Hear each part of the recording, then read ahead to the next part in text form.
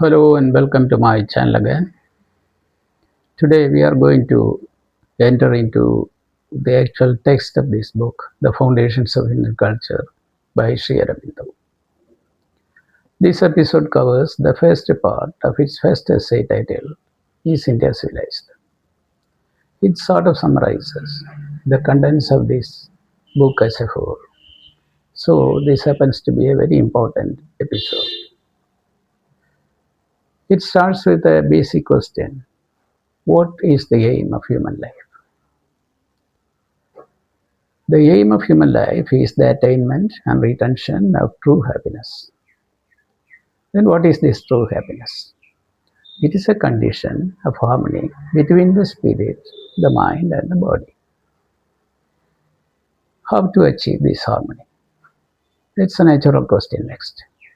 It is the job of the culture and civilization of the particular people concerned to achieve this harmony. Consequently, culture is judged by the extent to which it has been able to find the key to this harmony. And civilization is judged by the extent to which it has been able to use its tools at its disposal to achieve this harmony. This naturally leads us to define culture as something that brings happiness, true happiness, to human life. Now, there are different kinds of cultures around the world. For example, there was this Greco-Roman culture of the past. It was totally intellectual. The European culture that colonized us was of the materialistic kind.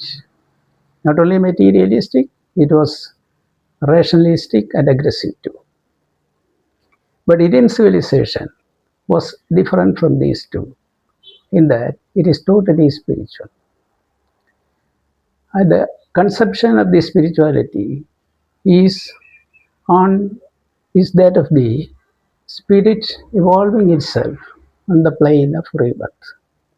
Through repeated rebirths or reincarnations, the spirit evolves in its journey to its final destination of becoming one with the absolute or the eternal.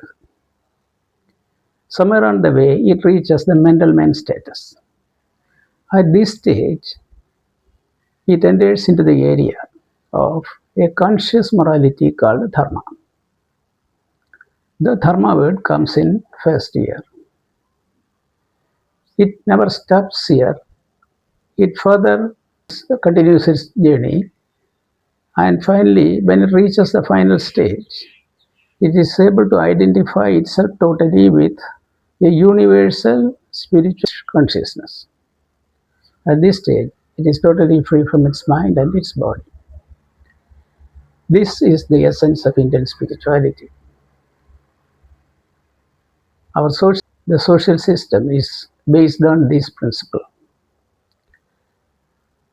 Our philosophy formulates it, our arts, literature, sculpture, everything looks up to it for guidance.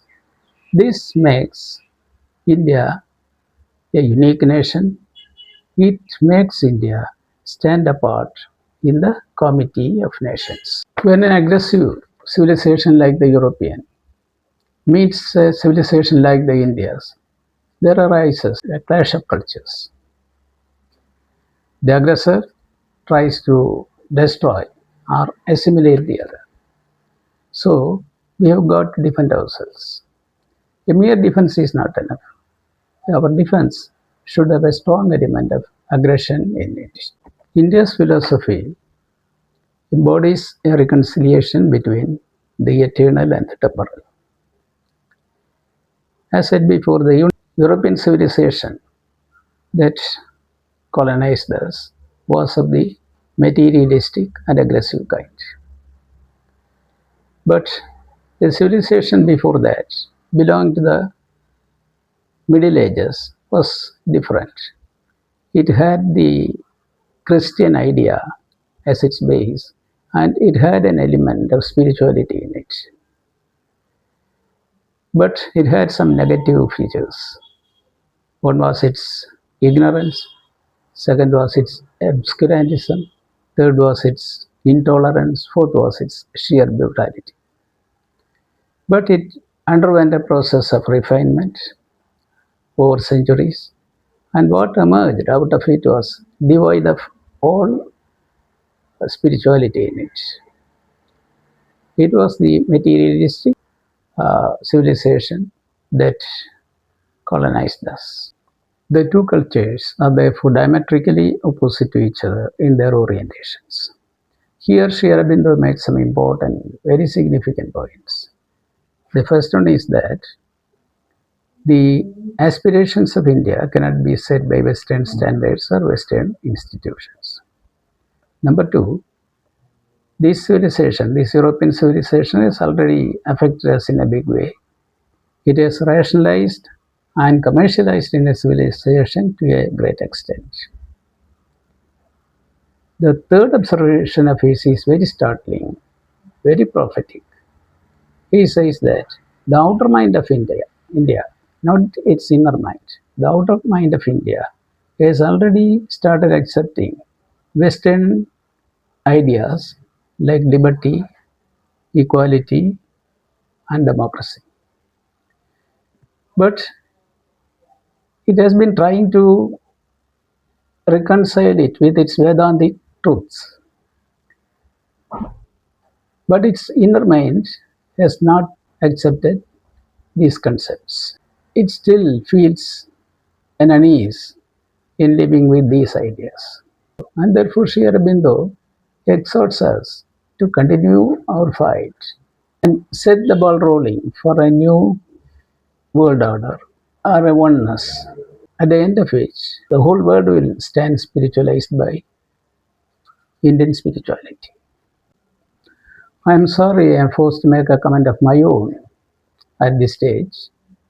Hope you will pardon me. In 1920 or thereabouts, when this comment was made for the first time, it would have definitely appeared as something of an overreach on his part. 30 years down the line in 1950, we have embraced these ideas so much that we have made them the guiding principles of our national life. At that point of time, his comments would have been considered as scandalous or even outrageous. In the 1970s, something else happened. Another word was added to this list. That was secularism. That was formally added at that time, although it was informally there right from 1950.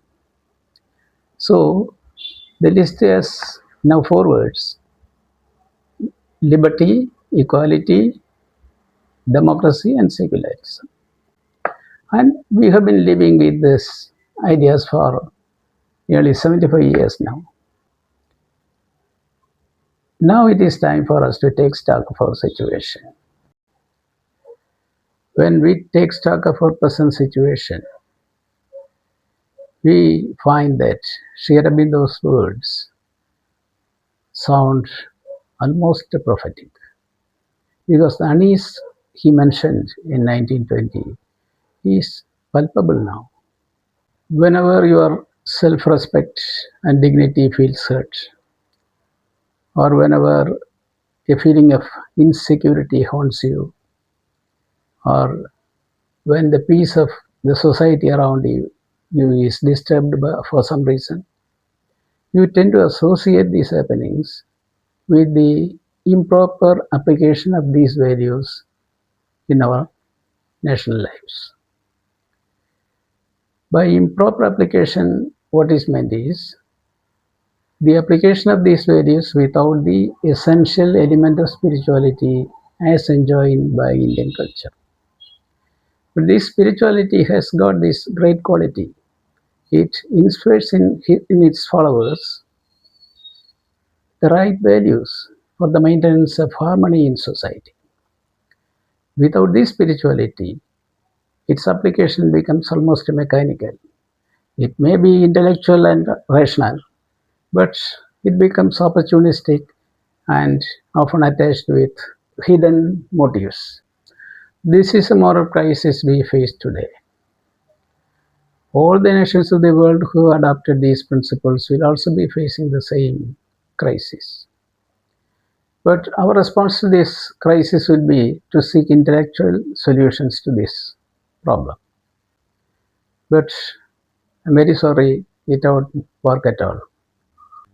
It is not going to work because this problem arose in the first place due to the rational and intellectual use of these principles, which are otherwise so great, so noble, and almost indispensable. So, the one and only solution I can think of at this point is to spiritualize the whole world with our brand of spirituality, as decided by Sri Aurobindo.